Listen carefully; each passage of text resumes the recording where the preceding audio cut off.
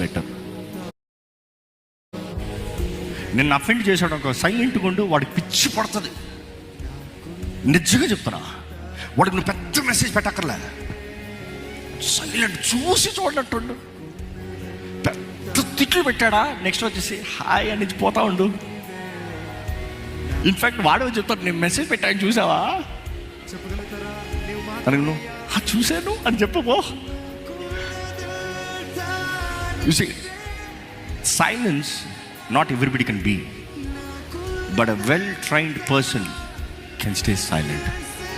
ఎందుకంటే నేనంట నా ఆత్మరంగంలో ఒక వ్యక్తి నా దేవునితో నేనున్నాను, నా దేవుడు నా పక్షాన ఉన్నాడు, నా దేవుడు నాకు చాలున్నాడు, దేవునితో మాట్లాడినోడు. చాలామంది దేవుడితో సైలెంట్ ఉంటారంట.